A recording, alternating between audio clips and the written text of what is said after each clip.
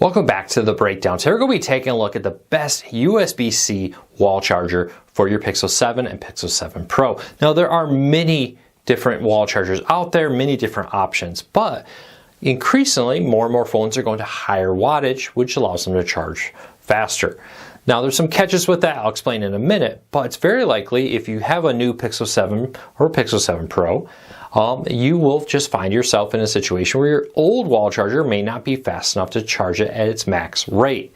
So I'm going to give you three options here.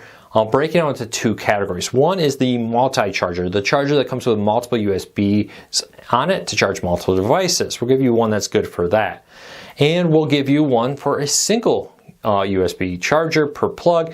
They're cheaper, let's be honest. Not everybody wants or needs multiple USB ports per plug. So we're going to look at the pros and cons of these, break them all down, give you my opinions on them, and help you find the right charger, because if you're just using that old charger from an old phone, you may be missing out on getting that rapid fast charge you may have wanted. Now a few disclaimers right off the bat. Pricing on all these changes rapidly. We'll put a link to each one in the show notes down below and in the first pinned comment down below to it on Amazon. If I for some reason don't answer a question you may have, leave me a comment. I'll do my best to answer all that I can down in the comments. Lastly, before we get into the full review, do me a big favor, help me out. Help YouTube know you enjoy what we do here. Just hit that subscribe button, hit that thumbs up, let YouTube know you enjoy what we do here so YouTube recommends our videos to more people. So with that said, let's start off looking at a multi-USB charger. Now, like I said, there are two categories here. Single plug USB charger where the plug only has one USB port, and multi. Now the multi are going to be more expensive, but there's a catch here. For example, I'm holding a 65 watt charger. That's max wattage. So if I plug in two phones, it's going to divide that into two, which will give you two roughly 30 watt chargers here for charging multiple devices. And when the Pixel 7 Pro, for example, is over 20 and Pixel 7 is about 20 watt charging, you want at least, I would recommend 30 watts. So let's take a look at this Anker 65 watt charger here. I will link to this in the show notes. Come on, focus. There we go. So it's a pretty standard one. I do love how it's a folding for travel, which is very nice. It's very small for all that it does. Get you an idea here. And it's a 3-port charger. So you got two USB-Cs here and a standard USB. So traveling with my spouse, we can have two here, our phones, and maybe a third, a tablet, wireless earbuds, whatever, charging on this all at once. Beyond that, there's not a whole lot to say here. Now, the reason I recommend at least 65 watts for these devices, even if it's just 2 ports, is like I said, that's total wattage out of all the plugs together. Now, many modern plugs will give you up to 65 if you only have one device plugged in to the main charger. If you have two devices, it's going to take that 65 watts and split it between the two USB-Cs, for example. So keep that in mind. And the max charge comes from the USB-Cs. Don't expect the max charge to the traditional USB. But this is a great option. And like I said, it allows you to charge two phones at once, to max charge both of them and give you the Pixel 7. I'm just going to call both Pro and the standard, the Pixel 7 from here on out, the max charge. But like I said, a little bit more pricey here than the other options. Now let's take a look at two other options, one from Anker and one from Ahoy, A-O-H-I. I apologize, I've never actually heard it pronounced, just read it online.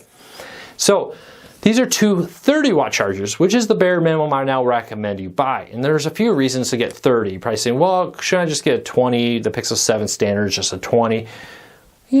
I would still go for the 30. It allows you to be a little bit future-proof, or if you do upgrade to the Pixel 7 Pro, allow you to take advantage of that.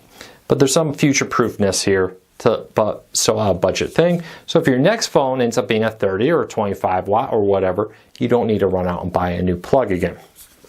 Now there's two chargers here that I'm going to recommend. And the nice thing about these, like I talked earlier, is that even though these are single ports, that means you're not splitting the power, right? So these are two 30 watt chargers. When you get these, they go straight in and they charge your device without the need for you to worry about, hey, I have two devices in, am I splitting that 30 and only getting 15 to each? So very simple, very straightforward plugs. Really do like these two. One from Anker, one from AOHI. Now, one big catch here. Now, all phones do this. Apple does this, Google does this, but it's very important to understand the fact that, hey, you may have a phone that's capable of 20 watts. Your charger may be capable of over that. But it's only going max charge for about the first 50% of the battery. To protect the life of the battery and not overheat it, not overcharge it, however you want to call it, and damage the battery, as it gets closer to being 100% full, the phone slows down the rate of charging. It's something that the phone does, not the wall charger. And that allows the battery to not be overheated and damaged, and reduce the capacity of the battery, reduce the lifespan of that battery. You probably have noticed that over years, your devices that had maybe 10 hours of battery life now are down to 8, and then down to 6, and it keeps going down and down and down. And there's a variety of reasons for that. Some is just age, some is how you charge it. So to help protect your devices, Google, Apple, and more have put in automatic limitations on the charging. So going from 0 to 10 is a lot faster than going from 90% to 100%. Because 0 to 10, you're getting the max charge rate. 90% to 100%, you're getting a fraction of that max charge rate in order to protect the battery from being damaged and reducing its life expectancy, its capacity, and more. So keep that in mind. It's important to know here, because I often get messages like, hey, I plugged my phone in and it's only saying I'm getting 10 watts or 15 watts. Well, it's probably because your phone's over half charged, or getting even closer to 100% when it slows down even more. Google and others also have things, for example, at night when you plug your phone in, if it notices an alarm set, it will actually slow the rate of charge to try to have it fully charged before you wake up, but at the slowest possible rate to make that happen, to help protect the battery life, help keep it battery running strong and safe from premature loss of capacity, we'll call it.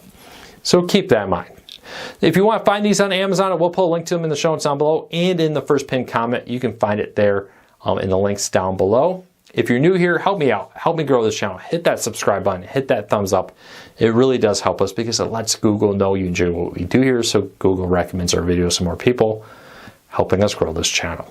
So until next time, take care, be safe. We'll be back again real soon.